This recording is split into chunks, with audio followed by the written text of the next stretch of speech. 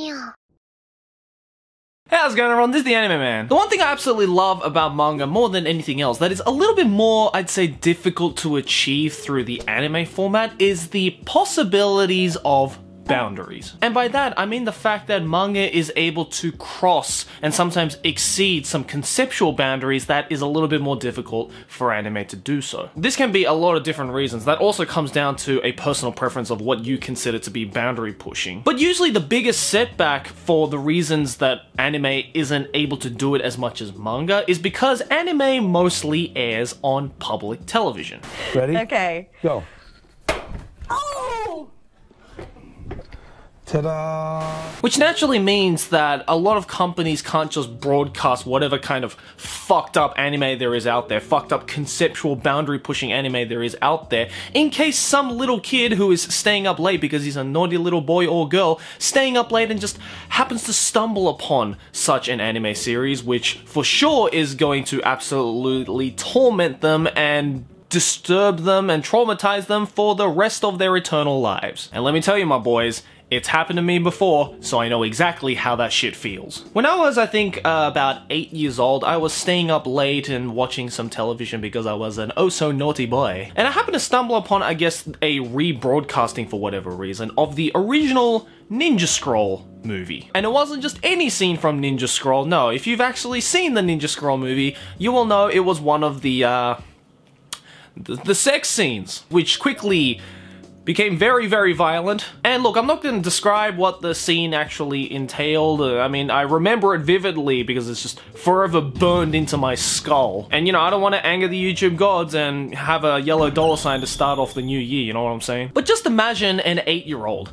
watching any scene from Ninja Scroll, or in fact any kind of fucked up sex scene in an anime that quickly turned violent. Not the most pleasant memory. Great movie though, I would recommend it now. But even those naughty and violent scenes of Ninja Scroll seem timid compared to some of the dark underbelly residents of the manga world. Because truth be told, manga basically has close to zero boundaries. I say close to zero because it's not exactly zero. A medium or format that has exactly zero boundaries would be something like, oh, I don't know, hentai? Manga is close, but not quite there yet. But in my years of talking about, reading, and experimenting with all sorts of different manga series, the series I'll be talking about today has most definitely got to be one of the most fucked up manga series I ever read.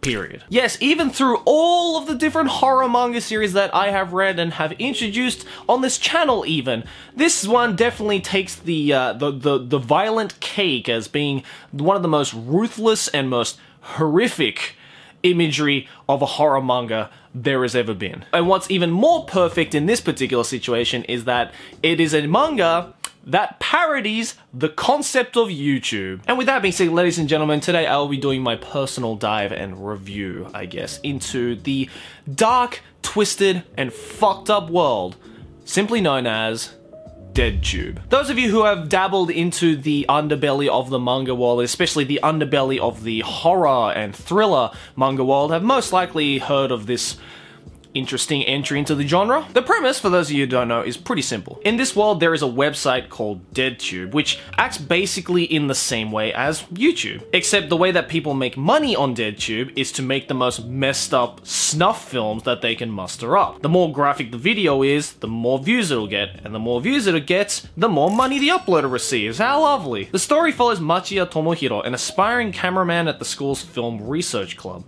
who is one day confronted by Mashima Mai, a beautiful high school girl who asked Tomohiro to help her with filming something. What Tomohiro thought was just a harmless filming session turns into a brutal sex and murder scene for DeadTube, from which Tomohiro is dragged into and is basically unable to escape from. As Tomohiro and Mai get more and more involved with DeadTube, the more rivals they have to outfilm, as it quickly spirals down into a murderous, graphic, sexual, and all-round fucked up video filming contest for the most amount of views and money. Now, is it just me, or does that not sound like the most brilliant satirical take at the whole concept of YouTube. I mean, as the mass media keeps telling everybody, us YouTubers are just so obsessed with the views, with that ad rev, you know what I mean? That green dollar sign is like looking at the face of God every morning. It's all about getting them clicks, about the content that your audience will enjoy, regardless of how much you have to shave away your integrity and morality. We get so caught up in the online world where if we don't watch out, then we're gonna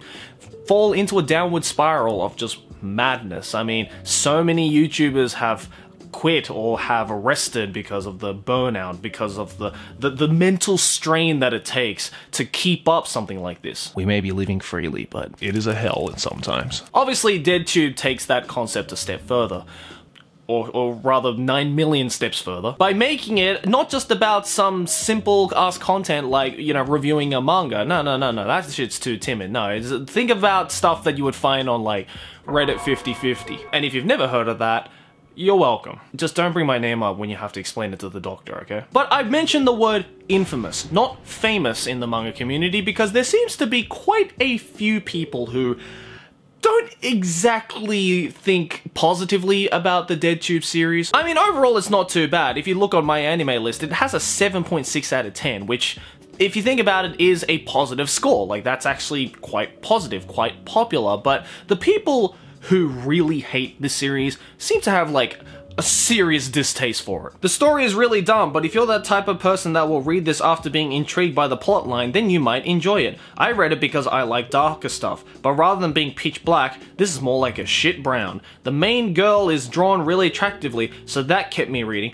Okay, never mind, that's just, he only cares about the hot chick. This manga is really bad. It tries to be a horror manga, which it successfully does on the surface, but when one really goes into it, one would realize how bad this manga actually is. Go fucking read some good manga. I would be a good guy here and suggest that you read horror manga before 2010, yet some of the best ones are older. This manga is comparable scumbag loser, and that manga is a fucking joke, trust me. Okay, that was barely a review. Where do I begin with the mess that this manga's story is? As a person who doesn't like survival game- God damn it! Come to think of it, why did I even bother reading my anime list reviews as a proof of concept? It's like asking how good or bad the food of a particular restaurant is to Hello Kitty. In all seriousness though, those negative reviews on DeadTube aren't all exactly wrong, at least the ones that are, you know, halfway to English. Because not once have I mentioned that this manga is amazing, or that I love it, or that I think it's even great or good in any way. Or maybe I have, I don't fucking remember. Without a doubt, this manga is an absolute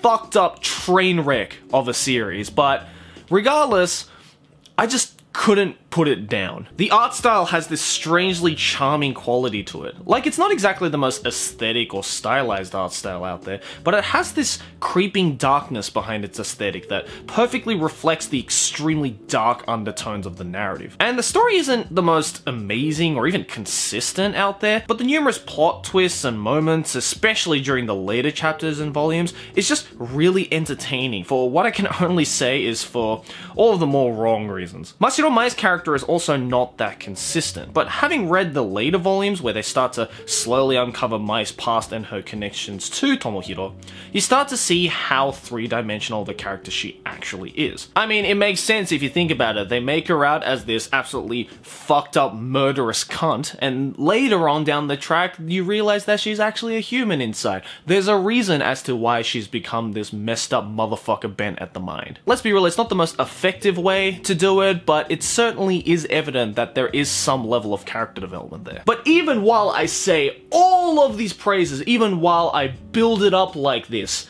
is a manga that I just do not recommend to you. I mean, there's a very strong reason as to why I called this video as it is. Because the torture and sex and just murderous scenes in this manga are just... oh boy! I obviously can't show any of them right now because I want to be friends with the YouTube gods, but one of the scenes I remember basically goes like this. It's this scene where there's this deranged teacher getting gang raped by her students while calling out her husband's name, who, by the way, she killed with her bare hands. And then when she realized she wasn't getting raped by her dead husband, she proceeded to cut the heads off of all of the students and then bathe in their blood while masturbating to it. I couldn't make that shit up even if I tried. And that's just one of many, many fucked up scenes in this entire manga. And rest assured, there's probably going to be more because this manga is still serializing to this day. Traumas for everybody! Okay, in all seriousness, here are some minor criticisms I have towards the series. Number one, the story is not that consistent. I think a consistently flowing story would work much better as it maintains the gritty horror and dark vibes of the narrative and the developmental progress of characters, and makes it seem a lot more natural and integrated rather than having to reintroduce it with every new arc. Number two, cut down on the gore and sex scenes, please. Look, I've read some gory and violent and fucked up manga in the past that would give any good child a trauma, and God forbid I've had my fair share of just the raunchiest of raunchy and sexualized as all hell hentai and manga out there. But there are moments in this manga where it just feels like they're throwing in violent and sexual and all these graphic imagery just for the hell of it. Fuck it, we have 8 or 9 volumes of all of this gory shit out there. Well, let's just throw in a few more while we're at it. Like what's the harm in that? The harm in that is, it gets a little bit repetitive, mate.